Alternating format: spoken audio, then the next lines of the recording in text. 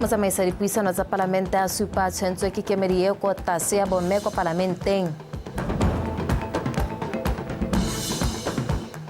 Batabogi ba mmono ba thagisiwa kgatlhanong le tiriso ya ditagi mo metshamekong. Motho dumela ga sa ka thamalala go tsa toropokgolo Gaborone ke kgomotse go utukile mme o ranolang ka puo ya diatake ke le bonye ba bitseng o ka thusa pego ya rena go setweng. Tautona Advocate Dumaboko o ikanisitse semmuso ramelao mogolo Dick Bayford le moathodi wa kgotakgolo ya ditsheko Mako Abram. Tautona Boko ka ile hana le tshepo mo bobeding jo ebile a dumela ha bana le bokgoni jwa go ka dira tiro ya pone e ntšha ka manonthotho a re bana le maitemogelo bothale le dikitso tse a kaileng ha ile dingwe tse di tla totomatsang seabe sa pone mo dikganyeng tsa molao ko ditirong tse ba sa tswang go thomiwa mo go tsone le mo mererong ya melao le hatshe ka bophara o sedile ka betse ka pego. I, Dick Bayford, do swear that I will well and truly serve the Republic of Botswana. I, Mako Cynthia Abram, do swear that I will well and duly serve the Republic of Botswana. Ramelao mogolo le moathodi wa kgotakgolo ya ditsheko ba ikanisitswe semmuso metshimologo ya tiro ya bone e ra go le gontsi mo mererong ya lehatshe boitsanape dikitso bothale le maitemogelo a bone a ba beile mo tshiamelong ya maemo a le go ba totomatsa motautona le ene a na leng tshepo e tetseng ka bokgoni jwa bone. The person who assumes the office of Attorney General is not just a great lawyer. He's been a great personality in the life of this republic. He's raised many lawyers. He's trained many eminent professionals. And I came to realize in the course of my involvement in the legal profession that you could tell a lawyer who had passed through the hands of Mr. Bayford. Mako Cynthia Abram rose through the ranks, playing a pivotal role, involved in many agreements signed by the Republic, many treaties, and played a key role in protecting the interests of the Republic of Botswana at regional and international fora. Bayford le Abram ba tatse dipalo tsa baitsanape mo mohameng wa semolao mono ga ile kwante ba sabe sa bone se leng mang go tsamaelana le maitamo a lehatshe a tswelelo pele le thabologo. One thing that society could learn from the legal profession, and this must be always highlighted. Lawyers argue. They argue as if their life depends on the arguments they make. They argue passionately. They argue diligently, but they argue on facts. They argue the law. They have a duty to their client, but they have a prior and perpetual retainer with truth and justice. That's what they serve. Lawyers are ministers in the temple of justice. Mhama wa boathudi o inakantse le dinako tsa diphetogo le go goga dithabololo mo lethakoreng le lengwe mme se se itshupa le mo kgolong ya boitsanape le bodiredi jwa one jo bo atolosang le go heta maitamo go tswelela pele. O tshidile onkabetse Botswana Television Gaborone. Motsamaisi wa dipuisano tsa Palamente re dithapelo ke o rapetse o tlhaloseditse lekoko la mapalamente a Kenya ha ba le mo thulaganyong ya go thoma komiti e ta dupang ditsamaiso tsa lekalana la tseo di tholwa la DIS. Re dithapelo o boletse seo mo bokopanong jwa gagwe le lekoko leo le le tswang mo komiting ya tsa itshireletso tseo di tholwa le tsa mahatshe a sele. Motsamaisi wa dipuisano o na supa ha gape a tshwentswe ke go thaela ga bomme mo parlamenteng ya lehatshe leno. Lekoko leo le mono go ithuta ka ditsamaiso le melawana ya makalana a harologaneng. Mahatshe a Botswana le Kenya a sala dirisana mmogo ha lehatshe leno le tsa boipuso ka ngwaga wa 1966. Yes, we do. We have the Supreme Audit Institution established under the Constitution. So the Auditor General has adequate powers to audit.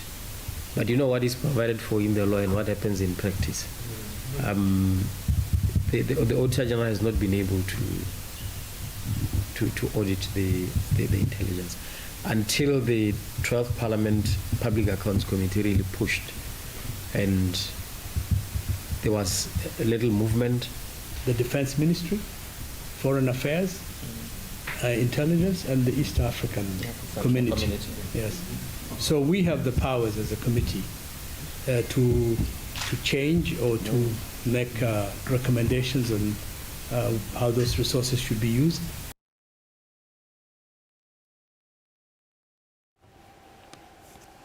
Lekgotla la Kabaditsha la Chobe le abile ditsha tsa bonno di le 1266 mme mo go tsone di le 1200 di segetswe ha thoko go ta go dirisiwa ke puso mo lenaneo la bonno National Housing Program.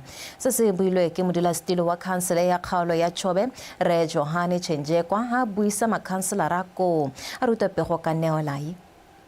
Lenaneo la bonno National Housing Program le rotswe semmuso ke tona wa metsi le bonno ka kgwedi ya Mopito monongwaga ko Mabutsane. Mo Chobe lenaneo le amogetswe ka diata tse pedi ka jaana le tile go araba sello sa bonno mo kgaolong. During this past quota, Chobeland Board has allocated a total of 1,266. Chobeland Board e setse ya abile ditsha di le 1266 mme mo go tsone di le 1200 di ne tsa fiwa puso ka fa tlase ga lenaneo la bonno National Housing Program. Fa godimo ga moo lephata la Kaboditsha la Chobe le feditse tshekatsheko ya go ipaakanyetsa go aba ditsha di le 500 mo motseng wa Kazungula ka kgwedi ya Sedimonthole monongwaga. 500 plots in Kazungula during their December 2025 session. Nngwe ya dikomponi tse di filweng tiro ya go aga matlo a le 200 mo Kazungula ba re ba setse ba dirile mealo ka kago ya matlo ao mme ebile tiro e ya go lopa 200 million pula. The whole project is estimated to cost 200 million pula. Tiro e ya go lopa madi a kana ka 200 million pula. Re bata go aga matlo a dikamore di le pedi le a mangwe e le a kamore e le nngwe. 2-bedroom housing units with master institute and a carport. Makhanselara a ntshitse maikutlo a farologaneng ka lenaneo le, bangwe ba tlhalositse fa ba itumeletse lenaneo le ebile ba le amogetse, fa bangwe ba tlhalositse fa ba sa le itumelela. Re bata di investor. Ha investor a ta ka project a big project a rona go ka tshika. Ha tshwanela go thoka boroko. Batho ba rona ba honorable che ba sia ka lone le baka la hore ha tsena mo tsho ba tshwantse re a nne a ta le team ya go a gona boroko ha ka nna go sena te boroko na ka bata goroge Sengwenyana ra go sa nya mo teng. Employment ra bana ba rona ba go huma. Mmehela economy ya motso wa rona e ta bo e godile. Mme ke na le tumelo ya gore totse teng ka mantua dula sti. A re skarana mare nyaditse re sa itse gore go iwa kae. Nane ke ithele ka re mantua mo dula stilo ra go agela di clients tsa rena tse di mo waiting listing. Kore ana re simolola hela 500 those 500 houses ra ga re ba agela ko ba lente re be re tsa. Godimo ga mo lekgotla la Kaboditsha la re le semoletse go potiela lefatshe le le kanaka 92 hectares ko Kazungula ka maikaelelo a go ntsha ditsha tsa bonno di le 1000. Ba solofetse go fetsa se kgwedi e tlang e simolola. Neolai, BTV News, Kasane. Lekalana la lea le mo letsholong la go buisana le bana le seabe ka go tswa ka tlhaloso e tshwanang ya dikgwebo tse di potana le tse di gagare kgotsa small, micro and medium enterprises. Mogolwane wa lea Ms. Dana Solani a re ha ba sena go kgobokanya megopolo ba taena ya tona wa lephata la papadi le thabololo kgwebo re tiro ya one ntsima go tsaya tshwetso gore go ka dirisiwa tlhaloso ehe a ruta pego ka tsholofelo Tombali. Dikgwebo tse di potlana di lela ka go okelediwa madi le go tlhoma ditsetlana tse di ka ntshang dikgoreletsi tse di amang ebile di dia kgolo ya bone. Diphetogo tse lekalana la Local Enterprise Authority le reng di kgorelediwa ke go tlhoka tlhaloso e tsepameng ya di SMME e ka dirisiwang ke makgotla a madi le tsa ditlhabololo gareng ga tse dingwe tse di dirang mo mehameng o fa di sekaseka gore a di tla di fa dithuso. Ke kgang e jaanong lekalana leo e lekang go e rarabolola. We are aiming to really come up with a universal or a common definition or a Botswana definition of what. Maikaelelo a rona ke go tla ka tlhaloso e le nngwe fela ya gore dikgwebo tse di potlana kgotsa SMME ke eng ka kakaretso le go dumelana gore re tla bo re dirisa seelo se se ntseng jang. Botswana talks about an SMME. When the SMME Association of Botswana talks about an SMME, we are talking about the same thing. We went to the most recent policy, the one that had the updated definition, and that definition, as we speak right now, it's 6 years old. Se re se dirileng e ne le go dirisa dipalo tsa koketsego ya ditlhwatlhwa go tloga ka 2019 go fitlhelela gompieno mo tlhalosong ya rona. 19 to date, and we moved from the 15 million that is in the National Entrepreneurship Policy to 20 million that we are proposing. Le ya e rotloeditse bana le seabe jaaka makgotla a di SMME go ntsha megopolo ka tlhaloso eo. If you look at the environment within which you are operating, there are quite a number of policies. Go na le palo e e rileng ya melao e e neng e ikaeletse go sologela molemo dikgwebo tse di potlana. Re na le Economic Inclusion Act le tse dingwe. Go ka bo go nnile molemo tota go utlwa gore melao eo e tlhalosa jang gore SMME ke eng. Those institutions categorized SMME, we appreciate and we welcome and we agree that re lemoga le gona re dumelana le gore go na le mabaka a dirang gore tlhaloso e ya dikgwebo tse di potlana e sekasekiwe. For us to redefine. Le ya e boletse gore e tla amogela dikagelo tse di itebagantseng le tlhaloso eo go fitlha ka di-30 tsa kgwedi eno mme ba tla di tlhotlha pele fa ba tlhopha epe fela e ba tla e romelang gore e amogelwe ke tona wa lephata la papadi le kgwebo re tira yona e ntsima. Solofela Tombale, BTV News, Gaborone. Re selala le tsone mokwaledi mogolo wa mokgatlho wa Red Cross Dr. Kutlwana Mokokomane a re lehelo la Tlamelong Rehabilitation Center le tsweletse ka go thathelela bana le bogole dikitso tse di tla ba thusang go bona ditiro le go nna le seabe se sente mo setšhabeng. A re dialogane tsa lehelo leo di tshwanetse go dirisa dikitso tsa bone go simolola dikgwebo le go bontsha setšhaba ha bana le bogole ba sa palelwe ke sepe. Dr. Mokokomane o ne a bua se ko moletong o neng o diretswe dialogane tsa Tlamelong. A ruta pego ka ke o lebogile ra Botswana. Baithuti ba le 36 ba Tlamelong Rehabilitation Center kwa Tlokweng ba logile morago ga go etsa dithuto tsa go sega diaparo le go lema. Dialogane tse di gaisitseng bothe mo dithutong tseo di abetse metšhini e rokang le tse dingwe tse di tlhokagalang go ba thusa go ya go tsweledisa tiro kwa ntle le go itshetsa. Therefore, as part of our commitment to those in need, we strive to create opportunities that promote inclusion, opportunities that brings protection and empowerment for every person regardless of their ability. Over the years, we have expanded our support through various centers across this country, including our center in Tshimologo, which is based in Francistown, and the Safari Stimulation Center in Safari. Leboge gone gore go na le ba ruta bana ba ileng gore ba ne ba tlhatlhella bana ba rona ba bantle ba our graduates ba ne ba ngwa sampe mantse batla ke ba lebo gore ba kgonne go kgagana le skills knowledge and attitude ba ile gore ba tlhatlhella ka dikitso tse di matsorotsoro tsa lentse di supagala gone ya ke ba lebo ga ta ba ruta bana le ba tsa karolo botlhe ba ga itsho bogori ba motse ya ka rena le o sia mo parliament rena le o sia ga molaodi na le botlhe ba ile gore ba supia gone gana ba le gore ke ba tsa karolo le community at large. Dialogane di lebogetse lehelo la Tlamelong go thusa bana le bogole go itshepa le go dumela ha bana le bokgoni mo go tsothe. I came here ke sa itse go tswa ha le go hela tota bo dikgantsa bo go thatswa because ne se ke give up gore I can't do nothing. Ka jalo tlamelo rehabilitation yang kamogela gona ha ya ta yang tuta botshelo gore Simon go outside and make life even though it was not easy mo 2 years in yo tsa bo baithuti ba ska ba latha bo so ja mo netseng jo ba tswela ba modirisi ka commerce park ka di company dintsi di bata baruki ke tsela re hona ha ba bangwe ba tate ha ba ka bana nako. Dr. Mukokomane o kopile dikhamphani tse di segang diaparo ga mmogo le balemi go thamela dialagane tse ditiro ka ba supile ha ba na le bokgoni ja go bereka ka nata. Ke o lebogela Rehabilitation, Botswana Television, Gaborone.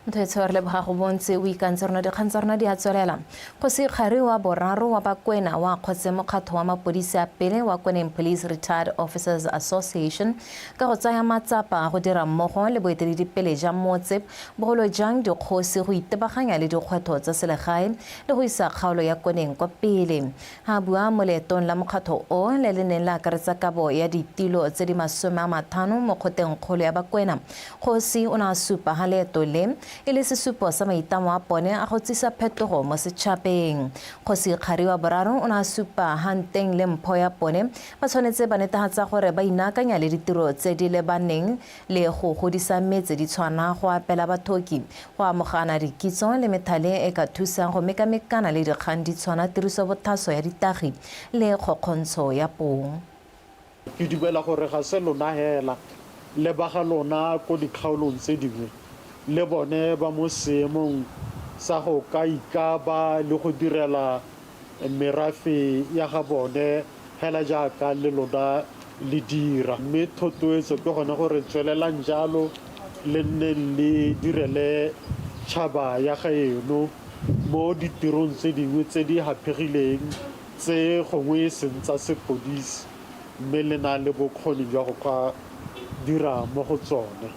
Le itse gore bana ba gago ba teng mo Kweneng ba ka ba romang ba ba diretseng sepodisi ka dingwaga tse 4 le 3. Rehabilitation ke ene mothai wa sepodisi sa Botswana ka le SETSWANA se lentse ya ka sene ke ene mothai wa sone gore be se le mo seemong se se le mo go sone boroko ke se bo godile ene bo tsweletse bo golela pele mme bo ebile bo tshwenyela thata ke bone ba leruo go tlhokomela bana sentle go ba sotla le go ba gontsha le bo mme jalo dilo tse sotlhe se ga go na le se kgotla ya rona go tla ga gore ra itse kgosi kgare e bonang go tlhokagala gore go ka rongwa podisi ya teng ba teng ba emetse hela gore ba utlwe loko la gago ba tla tsena ba leka go thusa ga ba ka kgonang teng. Re solela le tsone go thubega ga dipompo tse di phatalatsang metsi ko kgaolong ya Mabutsane go thalisiwa ha ile gone go baka nthaelo ya metsi ko kgaolong eo seo se builwe ke modulasetilo wa khansele ya Mabutsane Re Tuelo Zulu mo phuthegong ya khansele Bosheng Makgarebeng Kwane ka dintlha. Modulasetilo wa khansele ya Mabutsane Re Tuelo Zulu o supile fa seemo sa kgaolo ya gagwe sa tlhaelo ya letlhoko la metsi se sa tokafale mme ba tshela ka go tshelelwa metsi mo ditankeng mme a supa fa metsi ao a sa lekane morafe wa kgaolo eo ebile go turela puso fela thata. Community members at large would like to highlight that while many of our morago ga itemogelo ya letlhoko la metsi mo kgaolong ya rona re ka se itlhokomolose seo bogolo jang mo mafelong a amegileng thata a tshwana le Sekoma, King, Khonkwa, Samane, Khakhia le Thankane. Go kgaoga ga metsi go bakwa ke go thubega ga dipipe tse di phatlalatsang metsi mo kgaolong mme seo se tlogela banni ba sena metsi fa ba tlhokang teng thata. Caused by pipe burst, the downtime of boreholes due to maintenance and frequent power failures. This is the mostly experienced in the Mabutsane pipeline, leaving many without access to water when they need it most. Le fa go ntse jalo bangwe ba makhanselara ba ne ba ntsha megopolo e farologaneng.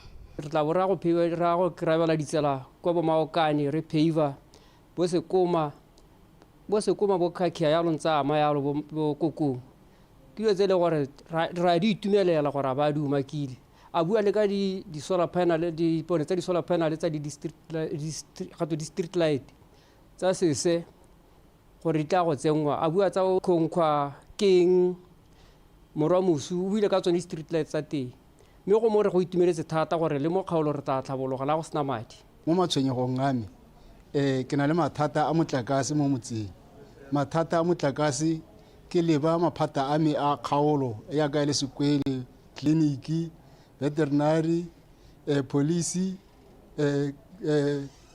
ha khotleng hale gore ha gona le hale office e leng gore le wena boipele go ntota mo e leng gore ga ona le mathata a go dira sengwe sa motlakase o ka leba teng ke yone matshwenyego a e leng gore ga ke leba puso ya rona e ka re e re lebala thata mo kgaolong ya rona mabapi le motlakase mosimolodisi wa mokgatlho wa lepotlako ranches le ene o supile mowa wa thotloetso ka go aba sanitary pads di le 570 Makgarebenkwane BTV News Mabutsane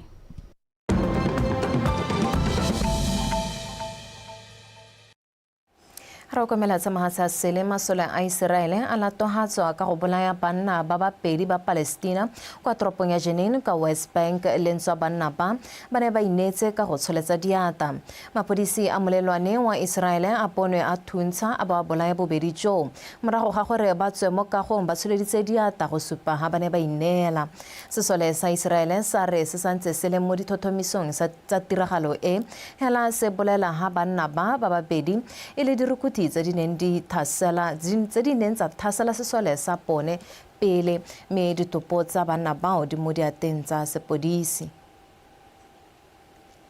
motho e tshonterna me re di tshwere gone ho a re tse jana tsa metshameko le timong patane we mesente ka tsone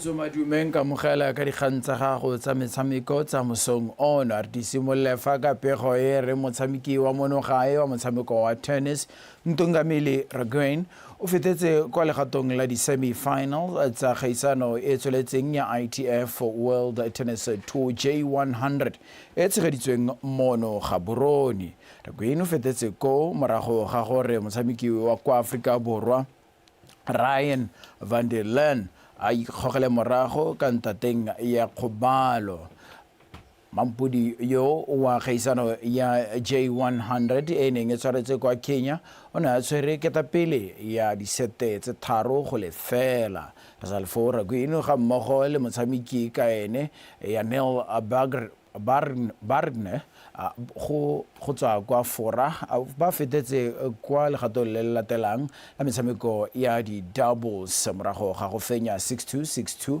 kgatlhanong le motshameki wa Afrika Borwa Ulethu Sineti ga mmogo le motshameki ka ene go tswa Namibia. Today my opponent retired at 3-love 4-love for me, but with the games I played I'm really happy of the game, the level I played today. I played very, very good. I made only one mistake, so I'm very happy. I think now I'm gonna go train and get ready for the semi-finals. I'm actually a bit happy about today because I get a bit of rest, but I would have liked to play the whole match though. I mean, it's unfortunate what's happened with the injury and stuff. I mean, I was feeling well before the match. I was hoping it would be better going on further in the match. But I just kept getting worse, and unfortunately I had to make the choice to rather withdraw and hopefully be able to play better in the doubles. And recover for next week as well. So I'm touring to Zimbabwe as well, so hopefully it's better before then. Samgo e tla tswelela mo tsatsing la gompieno jaaka batshameki ba batlabo ba ipatlela phatla go tshameka metshameko ya makgaola kgang re tswelele dikgang tsa rona kwa gone modulasetilo wa lekgotla la Botswana National Sports Commission BNSC Marumo Murule a go tlileng batshameki le batabogi go tsaya bokopano jwa monongwaga jwa National Athletes Forum ka tlhoafalo ka boka ba ungwela segolo jang ka mo nakong eno ya lefatshe leno le wetsweng ke seru sa tiriso ya ditagi tse di tsweletseng go phirimisa ditoro tsa batshameki. Morule o buile seo fa bula semmuso bokopano jwa monongwaga bwa Athletes Forum. Tshepo ke hemile o latela ka dintlha. Morule o gateletse fa bokopano jwa selebego se bole botlhokwa fela thata jaaka ba ipakaetsa go tshegetsa kgaisano ya lefatshe ya mabelo a neeletsano kana World Athletics Relay ngwaga tla. Our responsibility does not end at ensuring we have a place on the national team. It extends far beyond competition.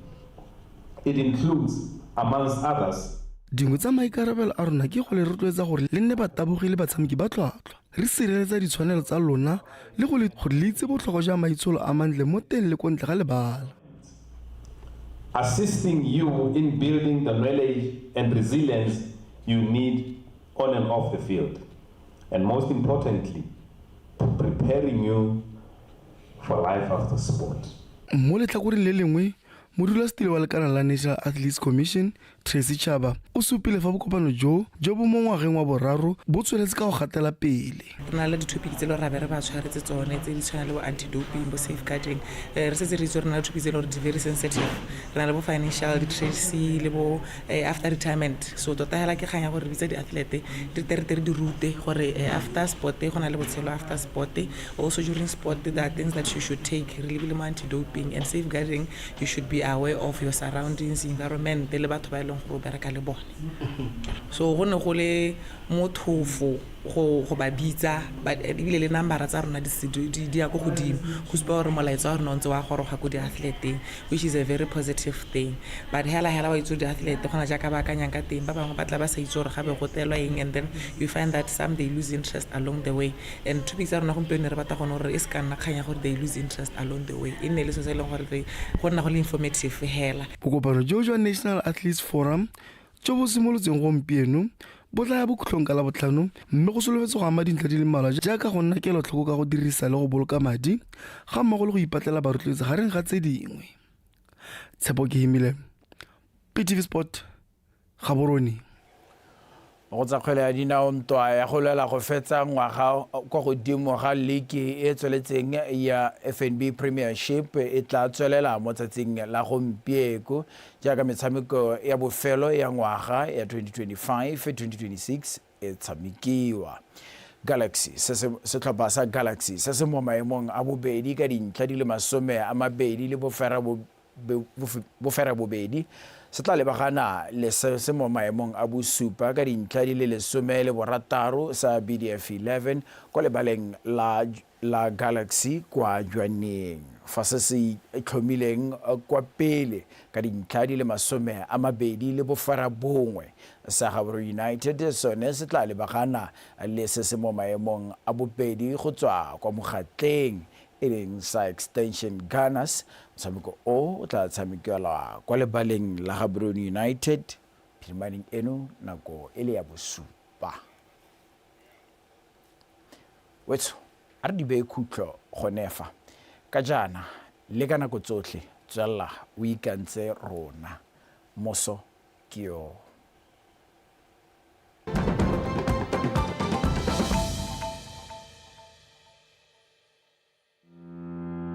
Africa is calling, and Botswana is ready.